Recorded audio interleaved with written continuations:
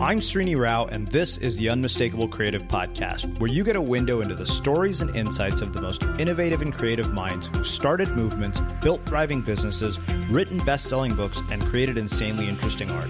For more, check out our 500-episode archive at unmistakablecreative.com. Our mission at Unmistakable Creative is to bring you conversations with insanely interesting people. But that's not all. It's also to help you become one of them.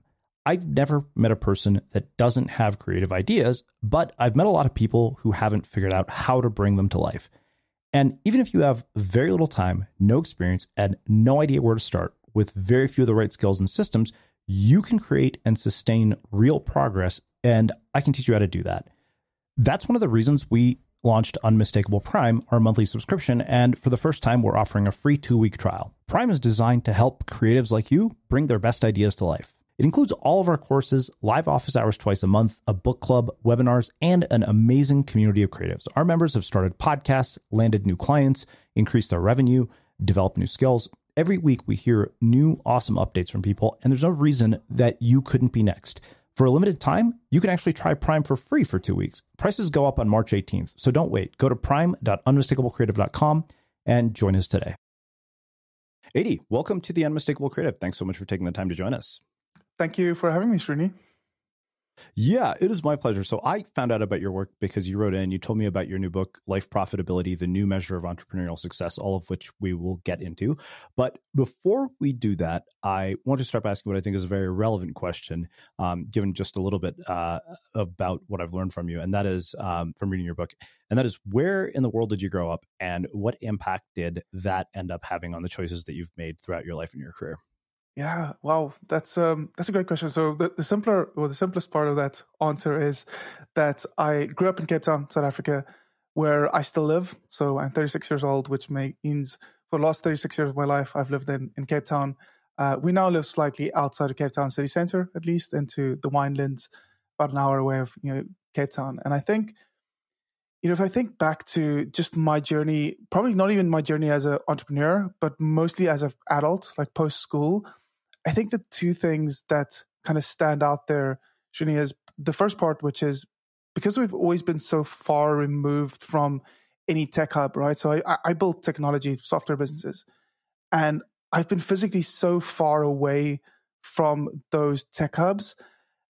Back in the day, back in the day is 15 years ago, right? When information wasn't as accessible, it kind of meant having to figure things out in our own way, right? And in my own way. And never necessarily getting stuck into, I would say, that echo chamber. The echo chamber, I think one would have otherwise found had I kind of grown up in the Bay Area, right? Or in New York.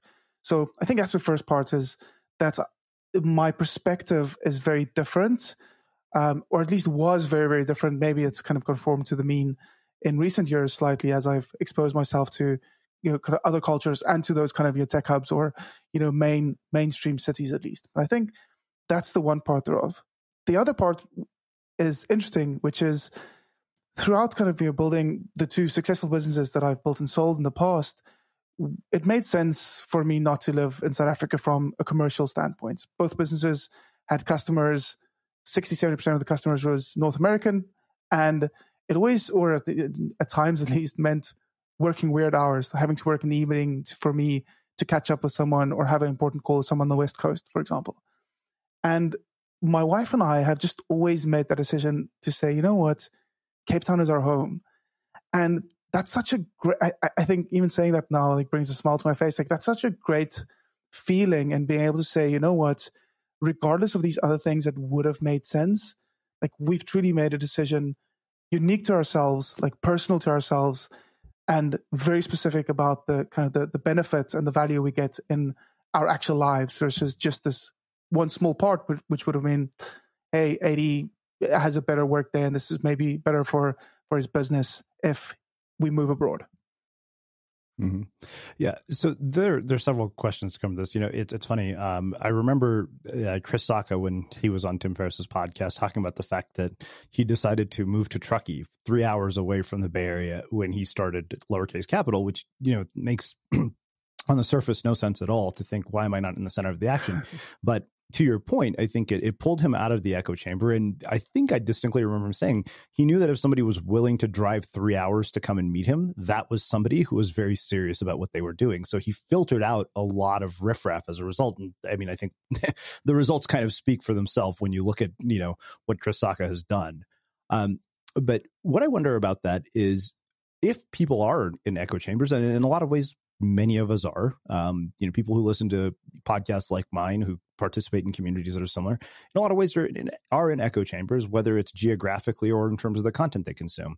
How do they pull themselves out of echo chambers, particularly if they're in a place like Silicon Valley, where there is sort of a way that things are supposed to be done, and conformity kind of tends to be what happens? Yeah, I think it's just a purposeful and a very active, proactive decision to diversify perspectives. So, very concrete example for me, Srini, is that, and I've always been an avid reader, at least, but specifically in the kind of the last 5-6 years of my life, which really kind of also shaped a lot of my kind of thinking about how I think about life and business, and many of those ideas make it into my book. But the thing that ultimately really influenced that is I really just read like a variety of things, right? So I got into kind of philosophy via the Stoics, right? And the Transcendentalists, and then kind of, all the way to kind of, Buddhism and some Eastern practices and Japanese culture, to starting to read science fiction. And I guess my point in that is just very simply, like, if you don't want to be in an echo chamber, just start adding diverse things to your life. Like, many of those things won't be valuable. They might not impact you or influence you as much as you would hope or think, but that doesn't really matter. I think diversity is like just being, diversity of thought here, right? That's what I mean, is just being aware of all these other perspectives. And then I think the more you do that, the more you start kind of illuminating potential kind of options or new ideas, new opinions, new philosophies, new ideals, whatever it is, that you could kind of make your own and add to that conversation in your echo chamber. And that probably creates a new echo chamber again, right? Because we always kind of self-select, right? Like, it doesn't matter in which part of your journey you're at. Like, something that's of interest to you now. I mean, I remember when I got deep into Buddhism, for example, I suddenly found loads of people that were super interested in the topic, like, and were, some were knowledgeable, but they were engaging, right? So we self-select again. But I think rotating around those different kind of echo chambers is, I think, what is important, because that way at least we make the echo, if at least, like, at the very least we do, right, is we make the echo chamber we were in slightly bigger. Yeah, I mean, it's part of the reason we have everybody from bank robbers to drug dealers to porn stars to people like you as our guests on the podcast, because every one of them has something to teach us. Yeah, well, exactly right. And I think that's what I love about that, and the way you say that, and like linking it to the Buddhism, right, which is, when the student is ready, the master appears. And like keeping that beginner's mind about not judging beforehand what you can learn from another person, just because they have a label, which doesn't necessarily infuse you in whatever way. But going into the conversation without that kind of prejudice probably means you can discover something there, something that's of value, something that's unique, because every single individual is unique, right? And has their own unique blend of magic that they can add to a conversation or an experience if you create the space and the opportunity to actually explore that. Yeah. So one follow-up question to this, and then I want to talk a bit more about growing up in South Africa. One thing that I've noticed, and this is something that I have been very diligent about keeping in check, is this temptation that people have to rest on their laurels, particularly in a position like yours, when somebody who doesn't know as much or is not as successful by any metric, that typically is used to measure success of a business comes along. It's really easy to dismiss, what they have to offer, simply because you're by that metric more successful. So I guess the question then is how, when you've achieved what you have, do you keep yourself from resting on your laurels? I think well, I mean, I can speak for myself, right? And I think, part of, because what I would say is you put yourself out there again.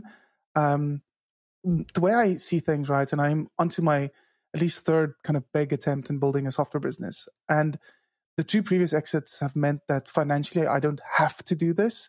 But the thing that pulls me forward is the fact that I'm very, very aware of my values and who I am as a person. And what that means literally here is I love to create. I love building teams. And I'm ambitious, right? Which plays into the fact that I want to learn new things and I want to challenge. But ultimately, what if I had to distill that down is every single experience in my life has gotten to me to a point, whether it's success or failure, where I felt that I now have new knowledge, new experience, new skills, new friends, new resources. And I now want to do something else with this. And I want to do it in a way that is slightly evolved, slightly better than what it was before. So that's at least the kind of the angle that I take into that. That notion of better, that notion of seeing progress. And that progress doesn't just relate to the things I do or the things that I inherently kind of, touch or interact with. I think there's a broader, almost philosophical feeling to that, to me, where I think about, as a society, as a human race, we're also moving forward. And I want to ensure that I am at least directionally, part of that movement forward, right? Doesn't really, I'm not necessarily going to influence, world politics or global warming or any of these bigger initiatives that we need to figure out. But I want to be part of this motion that is generally says progress on the label, at least. But that's the thing. And as I said, then it's mostly for me, it's a daily and a weekly practice of making sure that I show up and I do the reps. Yeah. So I want to talk a bit more about growing up in South Africa, because I've had several guests here who grew up in South Africa, and none of them were white. And that's why I wanted to ask you about this. Did you grow up during the time of apartheid, or did apartheid end during the time that you're growing up? Forgive my lack of the timeline knowledge on history. But I was wondering. Yeah, so I guess, what is important, or at least in terms of time stamping that, I was 9 years old when we had our first democratic election in the country, which meant that I think for those first 9 years, I was obviously woefully too young and then woefully ignorant about what was actually going on in our country. I think everything that I now understand about apartheid, I probably learned kind of after that point, i.e., when we were already a democratic country, and kind of having to battle all the consequences of apartheid for all of those years. The Hispanic community is the nation's largest racial and ethnic minority. It's time health research included your voice. That's why the All of Us research program exists. If you participate in All of Us, not only would you help your community, you can also receive your free genetic ancestry trait results. With this information and more, researchers may be able to conduct a variety of studies about health and diseases that affect the Hispanic community. Visit joinallofus.org/yourhealth to contribute. Again, joinallofus.org/yourhealth. I like a bed that's really firm. I need something a little softer than that. Rest easy. With the Sleep Number 360 smart bed, you can both adjust your comfort with your Sleep Number setting. Can it really help me fall asleep faster? Yes, by gently warming your feet. Okay, but can it help keep us asleep? It senses your movements and automatically adjusts to keep you effortlessly comfortable. Sleep Number, proven quality sleep is life-changing sleep. And now, during the Ultimate Sleep Number event, save 50% on the Sleep Number 360 limited edition smart bed, plus special financing on all smart beds, only for a limited time. Special financing subject to credit approval. Minimum monthly payments required. See store for details. If you're a small business owner, there are all sorts of things that are necessary but take up a ton of time. Meetings, managing your finances, and dealing with payroll. As an owner, your time is valuable and you want to spend it on doing the things you're best at. If you're like me and you suck at math, chances are that payroll is probably not your best skill, and there are better things you could be doing with your time. Say hello to a new way to payroll. Roll by ADP is a chat-based payroll app for small businesses. Roll truly helps you make the most of your time. It's as easy as opening the app and telling Roll to run your payroll. Less than a minute later, payroll is done, and all you had to do was send a chat. Even better, Roll is smart. It learns your payroll and notifies you when it's time to run. Roll also double checks with you if something seems off, so you can stay focused on running everything else. Powered by AI, Roll is more than just keep up. It learns your business and stays ahead, sending you proactive notifications when it's time to run payroll, so you can stay focused on the important stuff. For a limited time, Roll's monthly fee is discounted at just $17 a month. So download the Roll by ADP app today and go to getroll.com/chat. Again, that's getroll.com/chat. Sound plays a much bigger role in our lives than most of us even are aware of. An EPOS podcast powered by audio tells stories behind the sounds we hear every day, sounds that inform, entertain, educate, get our attention, influence our behavior, and save our lives. Randy Zuckerberg and her guests explore how audio shapes our experience and how pioneers are creating the sound of the future. You know all those sounds from your devices when you're using apps or receiving text messages or anything else online? Well, it turns out somebody actually has a job doing that. Randy talks to the experts behind these sounds to find out about the work that goes into designing what she calls those sonic logos.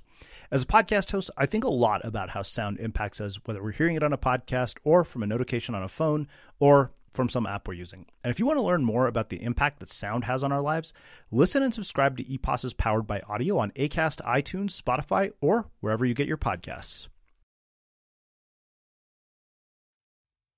So as a white South African, what did your parents teach you about race relations growing up?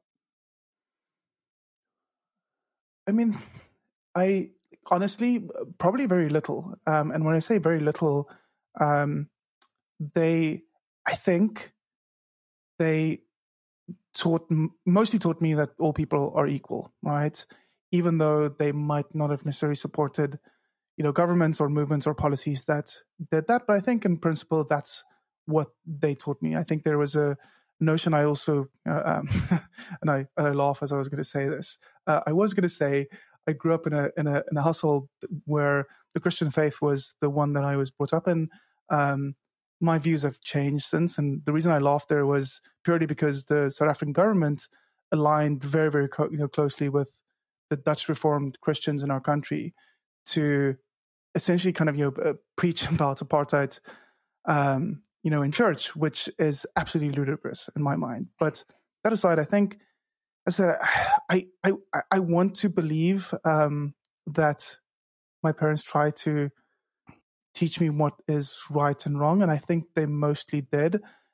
In hindsight, as a 36-year-old white male in my country, I wish that at that stage, even at that young stage, they did more to explain to me literally what compounded privilege actually looks like, because I was already living that to a very large extent as a youngster, and I would have liked to have known that sooner and understand that sooner. Again, like this is something that I only understood to some extent, much later in my life. Yeah. Well, I love that concept of compounded privilege because I think it's something that almost all of us overlook, whether it's when we're creating content, whether it's when we're writing books, we often don't consider the context of the people who are either reading this stuff or consuming it because theirs is so much different than ours. So, I wonder, you shared what your parents taught you about this. How did that experience of growing up, seeing sort of post-apartheid impact, the relationships you had, the friendships you had, and, what have been the long-term consequences of this? And then when you see something like what has happened, to us here in the United States over the last maybe 3-4 years with sort of, the amount of division we've seen, the, just race relation tensions we've seen, as a person who has grown up in a country where there's apartheid, what do you make of that? Yeah. And in 100%, honesty and transparency as well, Srini, is, I am still uncomfortable having these discussions, right? Which I think is a big part of the problem generally, right? I think the hardest, the hardest part for me, at least, is that to some extent, the biggest legacy of apartheid, I think, is the fact that most people still tend to self-select in terms of friendships, and much of it, I think, is part of going through school, right? I went through a school that was both primary school, high school, and ultimately even university, right? Which still suffered from a massive gap between the previously advantaged people, i.e. predominantly white people, and those disadvantaged people, i.e. predominantly black people, colored people, etc. And I think it means that, and if I look at most of my friends in my life right now, it's either friends and friendships that I've maintained from that era in my life, or friends that I've made since. And the friends that I've made since is definitely influenced by the social circles that I move in, which is definitely kind of influenced by, kind of literally the financial capital available, right? So I think that's the hardest part is I was never, and I have never been in organic spaces where I could have individually bridged the divide and say, hey, I've got so many different friends from different races, different culture, different ethnicities. And if I actually compare that to the friends that I have in the rest of the world, the friends that I have online in air quotes, right? Yeah. It's a much more diverse group compared to kind of the what that makeup is for friends that I have in real life. And I think, at least for me, that's been the hardest part. At least acknowledging that gap is there, and as I said, not necessarily knowing how I could bridge that. Yeah, I appreciate your candor about that. So just the follow up to that, of course, is, as a person who has been in a country where apartheid was present until, not that long ago, when you see the United States, and kind of what has happened here in the last maybe 5-6 years, what do you make of that as somebody? And, do you see the danger of history repeating itself? Yeah, I think the one thing that I'm really proud of, about South Africa, at least, is it feels like we've at least, even in apartheid, right? Like many people, I can remember people back in the day, like adults that I was around, would say things like, the only mistake they made with apartheid is they made a policy, right? But the rest of the world is just as racist, and they never got the slack for it. And I think that's a totally BS kind of way of seeing it, right? And that's just racist in its own right. But just in the same way that kind of our government in the past labeled this thing as apartheid, I think in the same way we've literally put that into the spotlight and said, you know what, like people are inherently, and maybe not inherently by nature, but we have biases here that we need to start breaking down. And if you look at South Africa, South Africa on a kind of governmental official level supports 11 official languages, right? Of which English is, I think, only the third biggest, right? Or third most prominent one. And we've essentially said, like, we're at least going to try and figure out this melting pot of things, which has so much politics, so much legacy. It is really, really hard, right? I mean, one of the biggest challenges we have in our country, I think, amongst Black people is land reform, right? Like all those years ago, right or wrong, kind of people were on the land, and then settlers came in and they took the land away. And trying to figure out, like, how do you handle land reform? Like, how do you handle wealth redistribution? And how do you do all of those things in a country that is labeled as a developing country, right? As a country that doesn't have an economy that is first world. Those things are really, really hard. But I'm truly, at least, proud of the fact that we're trying, right? And I think foreigners often cite violence in our country as a way to say that we're not doing things right. But I honestly think that, that the younger generations, I think, are being set up for a very, very different future in this country. I'm at least very optimistic and very hopeful. There's a different kind of energy. And I think when I look at other countries, the US included, I think some of this is still so, some of the racism, or at least some of the bias, I'll call it bias, because I don't want to necessarily judge and criticize, because I'm not an expert and I'm definitely not a politician, but much of it still seems to be unacknowledged. And I think that's the worst part, right? Is like, being disadvantaged is one thing, being disadvantaged and not being seen it has to be way worse. And I think that's what it sounds like it happens. And that definitely still happens in South Africa as well, but I don't think it happens to the same extent. Yeah. Somebody said to me a couple weeks ago on an episode that talent and opportunity are not spread equally.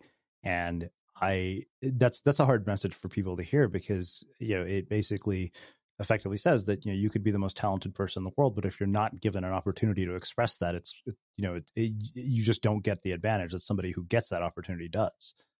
Yeah, I mean, it's really like from my own my own experience, and if I think about where my entrepreneurial journey kicked off, was I was able to study debt free. Right, my parents had the means, and I was very privileged that they could cover my study debt for 4 years at university. And I could, in the final year, I built the first product that eventually became, WooThemes and WooCommerce. I took a corporate job for only 6 weeks after that final year at university.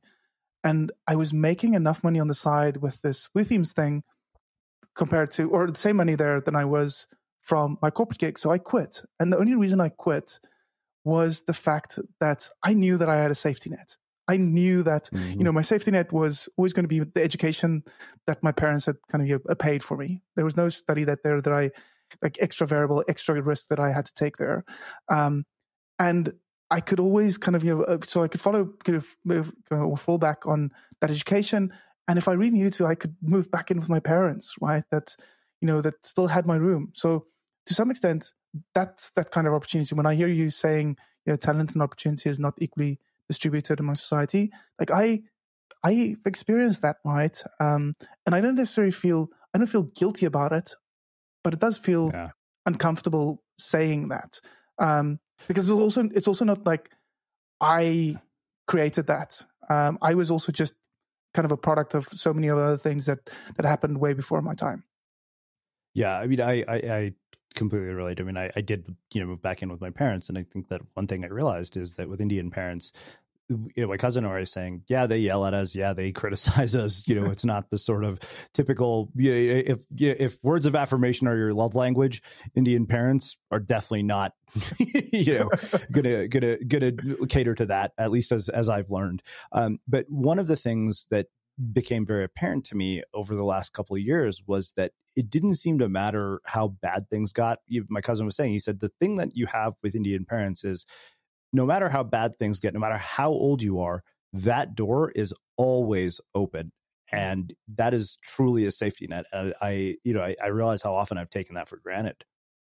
Yeah, yes. I mean, that resonates with me, right? I mean, having that safety net makes it so much harder or so much easier to take some risks in life, at least. Yeah.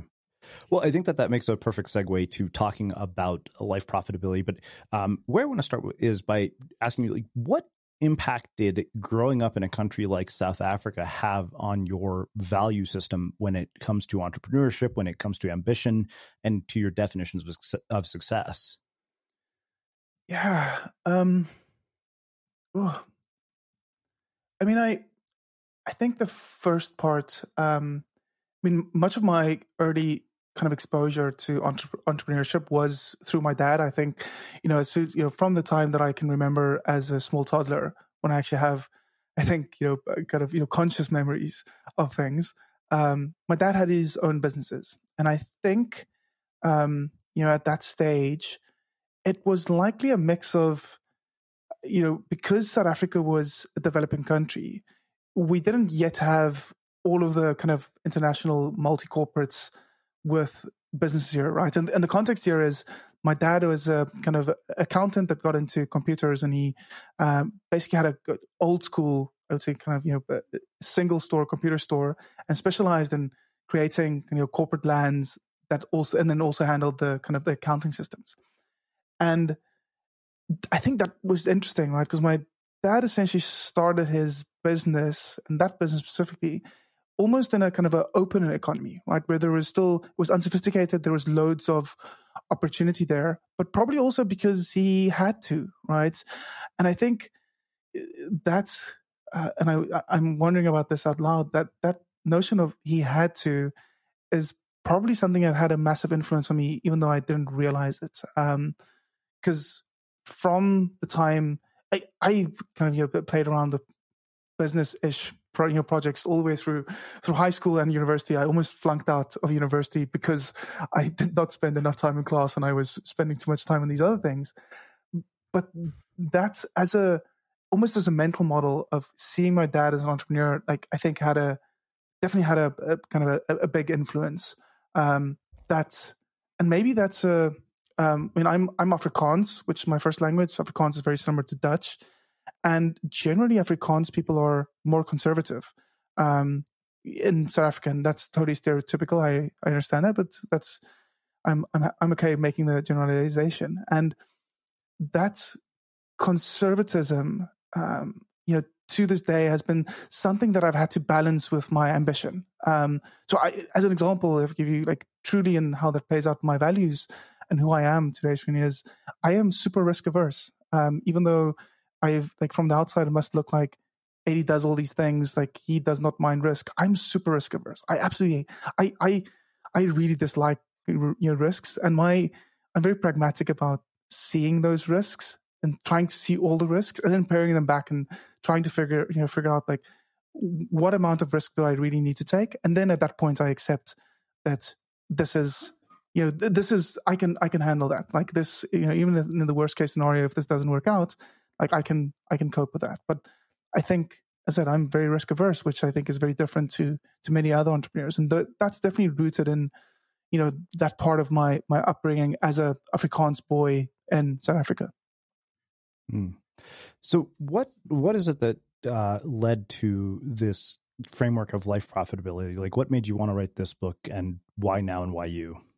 Yeah, so I think there's two paths into that. The first is for me that my life kind of broke down about 5-6 years ago. And when I say broke down is I burned so many bridges, mind was on fire, almost shattered so many kind of relationships, including my own marriage. And if it wasn't for the help of a therapist that came into my life at just the right time, and it helped me very, very quickly turn things around, my life would have been kind of completely different, 5 years later today.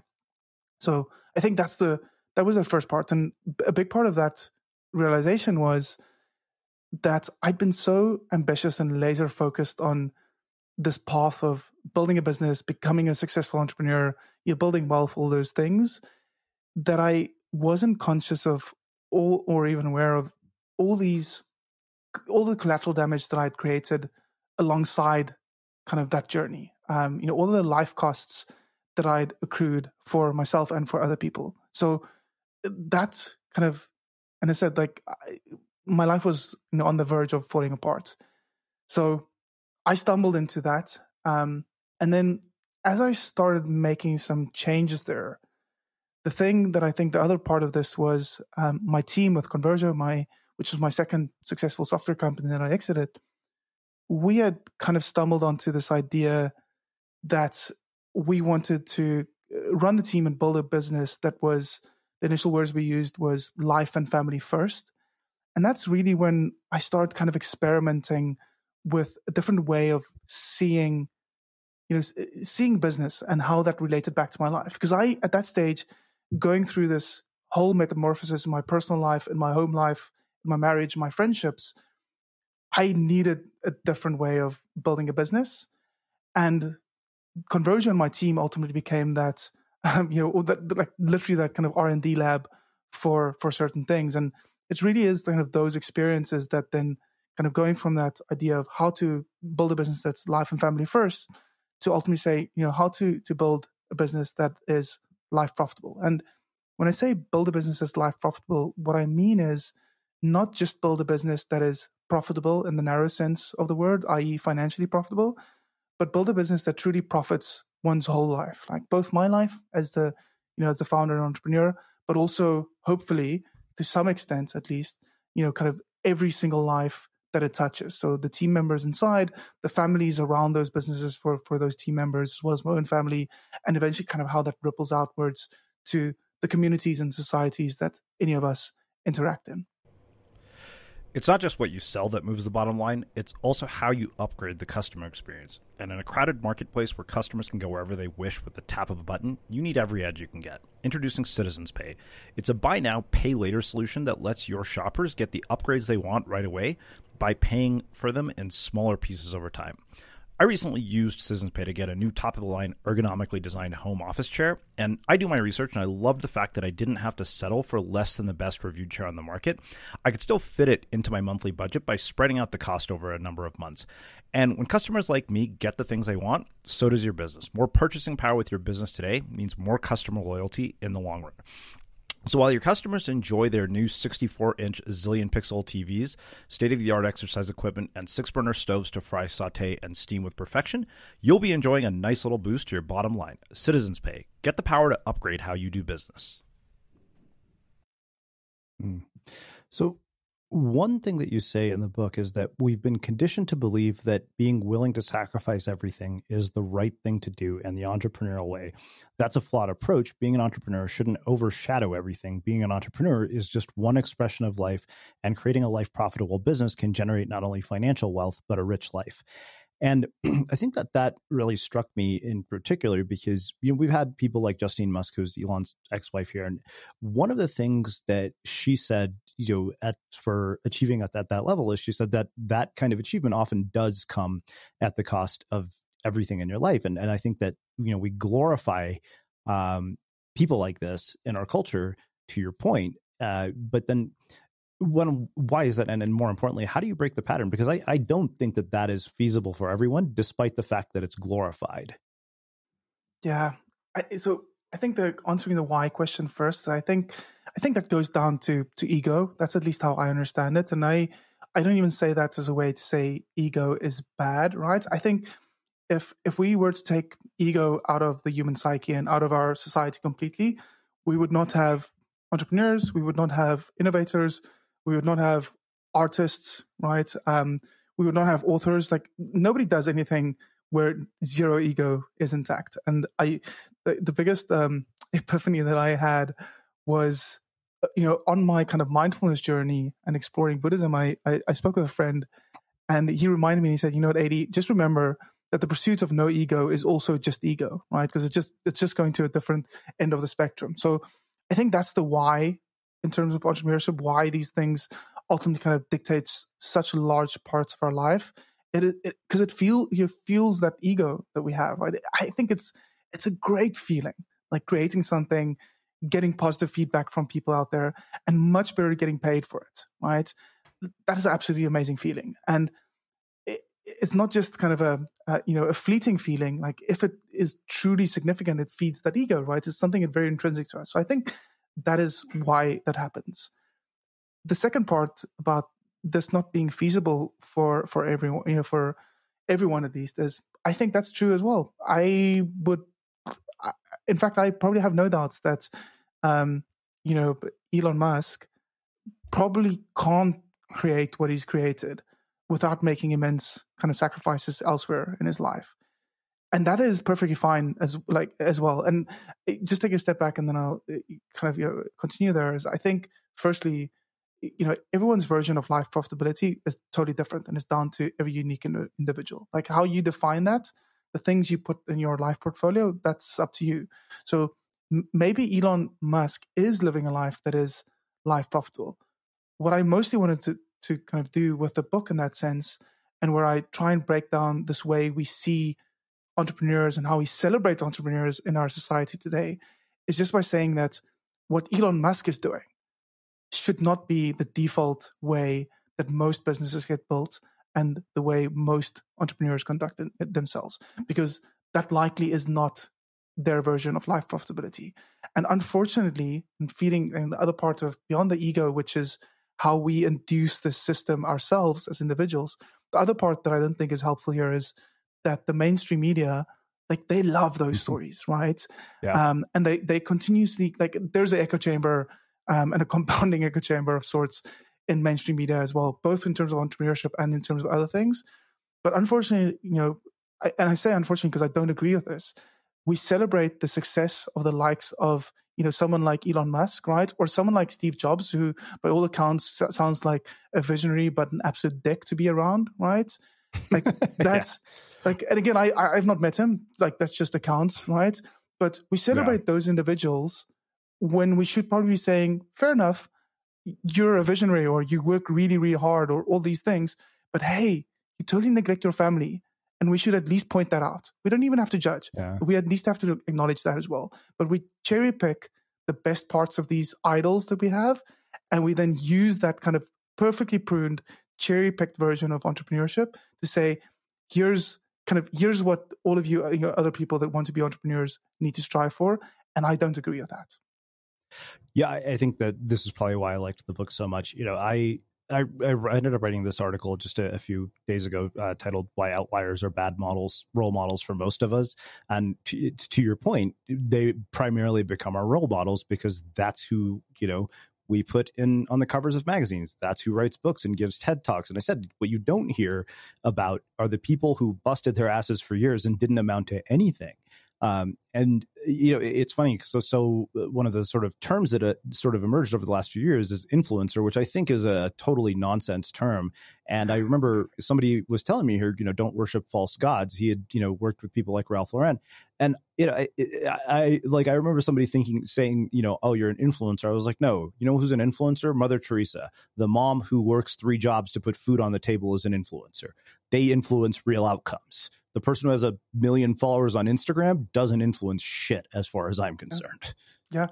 But unfortunately, in that comparison, Mother Teresa is not as sexy, right? And kind of mainstream media can't write a sensationalist, opinion piece or whatever editorial about Mother Teresa as they could about the influencer with, 1 million plus followers. Yeah. So another thing you talk about is this definition of success. And this was one that I just really loved because, I'm writing a new book that's, with the subtitle of, living a life on your own, or, creating success on your own terms. And you said you can decide for yourself what success looks like and aim for more than just business riches, but life riches as well. You can also learn more to fully count business costs by expanding your expenses to include the life riches your business has embezzled from you. And the funny thing is, we let so many other people define success for us from a very early age. I mean, I grew up in an Indian family. We were taught that success is, good grades, getting into a good school, and, making sure that not just a good school, the most prestigious school that you can get into, the most prestigious job that you can land. And basically, you're in this just arms race for, what I call impressive biodata. Yeah. Yeah. And so I wonder... Yeah. How? Oh, yeah. Sorry. Go ahead. I guess the thing that made me wonder is it's so easy to let other people define success for you because that's literally everything in the world around you. Every input is giving you a definition of success. Yeah, and it's like if you do that, by the way, I think it's to some extent it feels safe as well, right? You don't have to stick your neck out there in terms of defining success and then pursuing it. You only have to pursue it, right? So it's safer. I would probably take a step back, Serena. I think what the way, and part of the reason I don't agree with these societally kind of mandated definitions of success is purely the fact that all of us need to remember that everything that we have in our society at this stage, and let's stick within lanes here and say within your kind of business or professional success, right? Our economies, the capitalist system, and the way we measure success in those things is all human made. And I think we all agree that human beings are imperfect, right? We're not perfect. And we're essentially kind of ascribing our happiness and the way we measure success in our life to something that a bunch of humans has created. And I think that's just such a limiting way of seeing life, right? I think it ignores so many other things, even though, capitalism, for example, is, the predominant model in which we run our societies today. That doesn't mean it's the way for us to start defining our success, because it ultimately, like, the way we define our success influences the way we feel on a daily basis, the way we experience this journey whilst we're kind of mortal beings on this earth. And I just think there's more, right? I don't have the answer necessarily, right, in terms of what that kind of complete, perfect, different definition of success looks like. I just know and I believe that the way we're doing it today is subpar. And I think we can do better. I think there's alternatives here. Yeah. Well, let's talk specifically about measurement, because you and I both run businesses. I happen to have investors, and they are going to measure certain things. They're going to measure revenue, and one of the things you say is that the measurement world is indifferent to things such as inspiration, deviation, or improvisational growth. It doesn't care about lessons learned that pay later dividends, unearthed opportunities that could lead to something even better later, and it doesn't care about life profits. The measurement world is not a place for the organic, riotous life finding and fruiting according to circumstances and clever optimism, the place of assertive success. Measurement is a reductionist world approach that pronounces death, life on being the verge of one of those. And I think this really struck me, because one of the things that I beat like a dead horse with the private membership community we have for helping people work on their creative projects is I always say mastery over metrics. Yet I'm saying this as a person who has to create a report for an investor once a quarter. And, there is truth to the fact that there's an importance to measurement. Fred Wilson has this blog post on his blog titled Track and Measure. But I think that there's a sort of danger where metrics become almost an obsession of sorts. I mean, we see it in virtually every area of life now, not just sort of business success, but biohacking. I mean, like if you are a wearable, you start to feel like a horrible human being because your sleep score isn't high enough. Yeah. So So I just want to turn it over to you to kind of, talk about, how do you get out of this sort of measurement trap? Yeah. I think just acknowledging what you just said there, right? Which is, those things that are easy to be measured, and the things that are easy to be measured in our life, whether it's in business or health, as you just mentioned, are generally, you're able to quantify them, right? And I think what happens is very subconsciously, because something is easier to measure, it's easier to prove and show progress, whether it's for ourselves, right, i.e. internal validation, or some form of external validation, which means we constantly gravitate to those things. I think, in 2021 and beyond, like we live in a society where everything is super connected. We're used to instant gratification, and that dopamine hit from, getting a like on, one of our social profiles, which means if we can share a metric and that gets positive feedback, right, that dopamine like all over. So I think just acknowledging that, and then remembering that there are so many other worthwhile, meaningful, purposeful things that we can do in our lives that doesn't have a quantifiable metric to it. That doesn't mean that it's less important. And again, to that end, I think it's just about rejigging how the blend of those things, like the things that we measure versus the things that we can't measure, and making sure that we add sufficient things into our life for both those things. And I think as a North Star, at least for every individual, like in terms of figuring out what that blend needs to look like between those two things, is probably just, go back to like, who am I as Adii? Like what are my highest values? And then making sure that where I am making those investments, where I am trying to measure progress, like it relates to those highest values. That's, for me at least, that's the best North Star that I have. And as I said, like part of me acknowledges that, in that, like that blend of things, there's things that I can track, right? And there's things that I can't. And like the one thing I'll throw out there, my friend and coach, Dan Martel, he tells me the story where he and his wife, Renee, they have a weekly family meeting. And in that meeting, one of the things that they'll do is they'll rate each other as kind of as a spouse and as a parent. And it's just a kind of 1 out of 10 rating. And it's obviously totally subjective. There's just two people there. But the idea literally there is like, hey, Renee, like, have I been a good husband last week? Like, no, Dan, you're getting a 3 today. You've been shitty, right? And then there's actually an option like for Dan to say, can I get feedback on that? The reason I tell that story is I think if we're like, that's a creative solution to trying to quantify at least partly, am I making progress on something that's important to me? Like, am I making progress in my marriage or towards in a relationship with someone that is important to me? Can I get some feedback on that? Can I at least track, like get that feedback to go in and track any progress, any changes?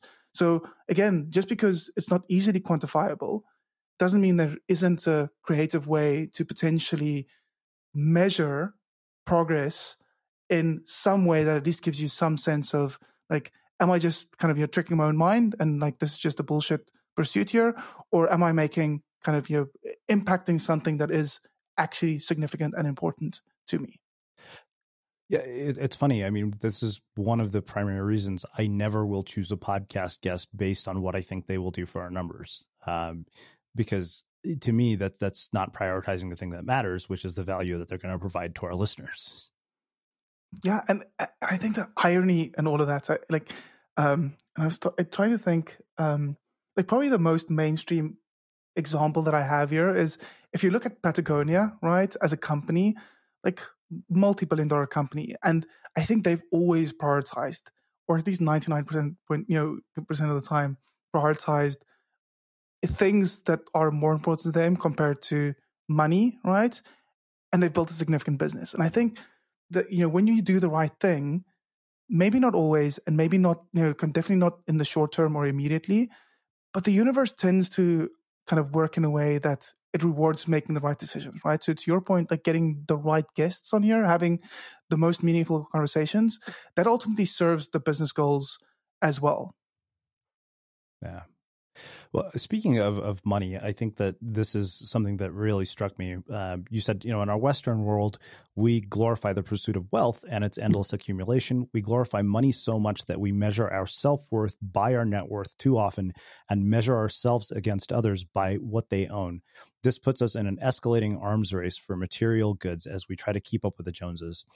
And I guess the thing that I'm guessing somebody might be thinking right as they hear me read this passage from your book is, yeah, that's easy for Adii to say. He's sold 2 multi-million-dollar businesses, and somehow it's always the people like him who have things like this to say to people like us who don't have that money. So, with that in mind, what do you say to those people?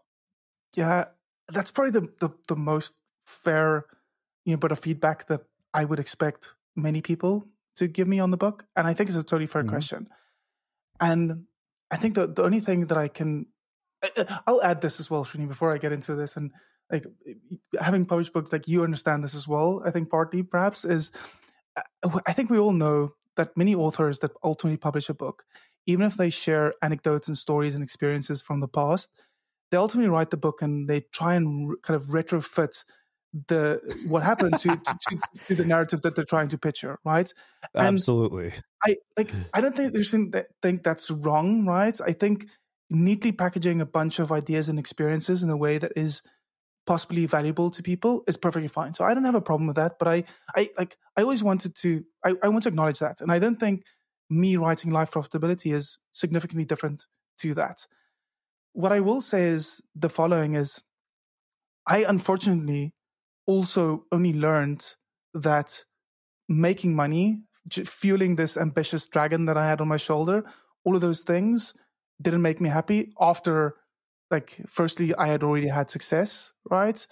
And secondly, after I'd almost kind of, burnt my whole life down and lost everything that was meaningful to me. So the point being, at least, I think listeners and readers of the book, they can trust that I'm being honest and authentic when I say those things, or they don't. And I can't do much more than just share very openly that part of the story.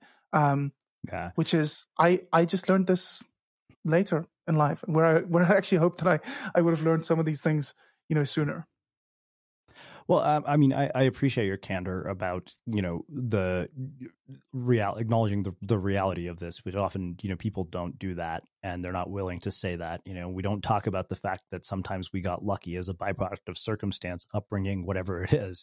But I think that makes a perfect segue to talking about another thing you brought up in the book, which is this whole scarcity mindset. And you say, despite what we've been taught, scarcity is not a permanent and omnipresent force dictating the rules of our world. It's not an objective fact like gravity or mortality or time or energy. Scarcity is circumstantial. Change the circumstance and scarcity becomes moot. Solve the circumstance, solve scarcity. And, I think that there's a large scarcity mindset for so many people that, there's just not enough to go around. I will never be as big as so-and-so, whatever it is. And I think that, one thing I really appreciated was you talked about this idea of enough, which I do want to get into, but how do you get people from scarcity to abundance, without bullshitting themselves through new age nonsense like affirmations that aren't true? I think I mean, well, I tell them the story firstly that, my first business was in the WordPress ecosystem, and WordPress is an open source platform, which meant that every single product that we built, anyone could download it, they could give it away for free, they could resell it, they could rebrand it, they could make it their own, like whatever the case was. And that was and again, like I don't think I had the vocabulary back then to even like know or understand the term zero-sum game. But I think that was my first experience of at least seeing that, kind of in that space, like, there could be many people that could thrive, even if some of them, technically, not technically, literally what it felt like was stealing our stuff and reselling it. They were allowed to legally do so, right? That's the nature of open source. So I always start with that story because that's part of what has always kind of shaped my opinion. And then years later, the thing that actually poured fuel on my kind of, my flames in this regard is reading Peter Diamandis' book, Abundance. And Peter is way more eloquent than I can ever be about kind of where you and abundance. Me both. Yeah. So like he just has all these kind of great examples of where abundance shows up in kind of in our society, but also just in nature. And I think like that's the thing that was the tipping point for me, is understanding that kind of abundance is that there is so much abundance in many places, but we need to change our kind of definition of what kind of abundance we're seeking, right? Because some things are finite. Ultimately, like if you're trying to find abundance of time, for example, you're not going to find, that. If we're trying to find, an abundance of, oxygen on this earth whilst we're, continuously burning fossil fuels, we're probably not going to find those things either. So I don't think it's simple, but there's enough abundance there. We just need to reorientate ourselves. So as I said, like my proposal here for anyone that is keen to, to or has the open mind to want to change their perspective, as I said, understand open source software and then what it takes to kind of to build a business, a commercial business in open source, and then read Peter Diamandis' book, Abundance. Well, let's talk specifically about growth, because I think that's just a perfect segue from this idea of abundance. You say if you buy into toxic entrepreneurial archetypal mindsets, naturally your business practices will follow them. In the case of endless growth, it creates a few serious problems. First, we know that this is never enough. This way of thinking has dire consequences for us entrepreneurs. It sucks us in, convinces us to never disengage and to feed our lives and our shared lives with loved ones to the dragon. And I love that, because it's something that I've been thinking a lot about and writing about, is this idea of how much is enough. And I remember my friend Paul Jarvis was here as a guest, and he said that, in any field other than business, infinite growth is cancer. Yeah. And yet, what is the sort of mantra of Silicon Valley is we're looking for unicorns. We want, as venture capitalists to invest in something, that's going to return the entire value of the fund. So how do you resolve those two paradoxes if you're particularly a person building a business with investors, or one that you're looking to sell, which I know you've done? Yeah. And I mean, as a disclaimer, Paul is a very good friend of mine. And that exact quote, right, is something that influenced me a lot about thinking about growth as well. I think my simple take on this, Srini, is that, we often propose when we have these lofty goals, in terms of, I want to sell my business for $1 billion or whatever the case is. I think what we often don't do is we don't think through like why firstly, but then what if that actually happens? Like what happens the next day? And I think, being able to answer that question about like, if I achieve X goal, if I make, Y amount of money, like what do I do with that money? That probably reshapes that goal, right? You probably realize that, hey, I don't have to sell my business for that sum of money to actually live the life that I want. And that probably is a much better way to define what is good enough for you today, given your resources, given your competing, kind of priorities or things in your life, and then orientating towards that versus just saying, hey, those things can only be true if I sell my business for, Y amount of money. Yeah. Well, I remember Yannick Silver was here, and, it was this episode about finding the essence of your goals. And he had a client who had said that he wanted to be a billionaire. And so Yannick kind of had him break it down. I was like, all right, what do you need the $1 billion for? And he listed all these different things. And he finally came to the conclusion. He's like, you didn't need anywhere near $1 billion for all of that stuff. And I mean, even for me, because it's that sort of goal that you co-opt from some book that you read or that you hear about on some podcast. And I always joked, like, the only reason I'd need $1 billion is because I want to buy an NBA team. And I don't even watch professional sports. I just play sports video games. But other than that, I can't think of anything that I could use. I absolutely need $1 billion for. Yeah, exactly. I think that's the perfect example. Yeah. Wow. Well, this has been super eye-opening. You know, I know I love the fact that we've taken a sort of philosophical approach to something that is also incredibly tactical. And I know that you get quite a bit into the tactical components in the book. So I want to give you a chance to kind of pitch people the book and talk specifically about the tactics, and then we'll wrap things up with my final question. Yeah. I mean, I guess tactically, Srini, what I would share is the book really is designed to think through concentric circles, and 3 very particular concentric circles, which starts firstly with you as the individual in your life.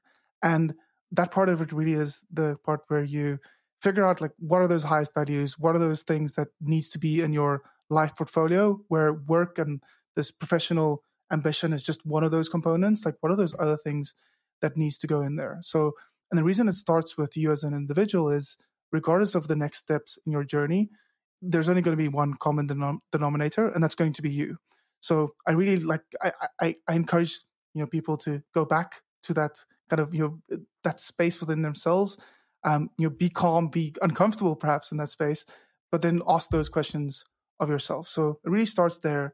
And then it starts rippling outwards to, if you run a team, it goes to your team. If you're married, you have family, it goes to your family, it goes to your friends, it goes to kind of the society and around that. And really figuring out, I think, which things you need to do to ensure a smooth energy transition. Like, if you think about, throwing a pebble into the lake, you essentially don't want, as there's kind of ripples, ripple outward, like, you don't want any obstruction there. And that's the way I think about, like, if you're going to expend energy in any direction, any action you take in your business or life, like, find ways to remove the friction, because that, doing that, it will allow those kind of the energy to ripple out further and have a bigger impact. And then the final ripple there is, after you've done kind of those things, is actually we spoke about this earlier, right? In the Patagonia example, or in the example of the podcast here, is by choosing the right guest, by doing the right things. The last ripple there is then just the business. It's almost like the business then manifests itself in some way. It just becomes this, both a container, but also just a blank canvas for having done the other things in a way that is good, or at least life profitable. Amazing. Well, I have one final question for you, which is how we finish all of our interviews with Unmistakable Creative. What do you think it is that makes somebody or something unmistakable? I think I'm hugely passionate about this idea of individual magic, individual unique magic. And I think that magic lives in all of us. And I think when we show up as that unique individual, and we figure out how to manifest that uniqueness and that magic in our daily lives, that is unmistakably you, that's unmistakably Adii, that's unmistakably all of us. Amazing. Wow. Well, I can't thank you enough for taking the time to join us and share your story and your insights with our listeners. Where can people find out more about you, your work, the book, and everything else that you're up to?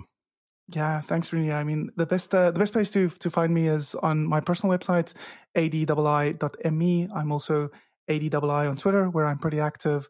And then the book is on Amazon, both digital and paperback formats, as well as most other major retailers that you would expect it worldwide. Awesome. And for everybody listening, we'll wrap the show with that. Thank you for listening to this episode of the Unmistakable Creative Podcast. While you were listening, were there any moments you found fascinating, inspiring, instructive, maybe even heartwarming? Can you think of anyone, a friend or a family member who would appreciate this moment? If so, take a second and share today's episode with that one person, because good ideas and messages are meant to be shared.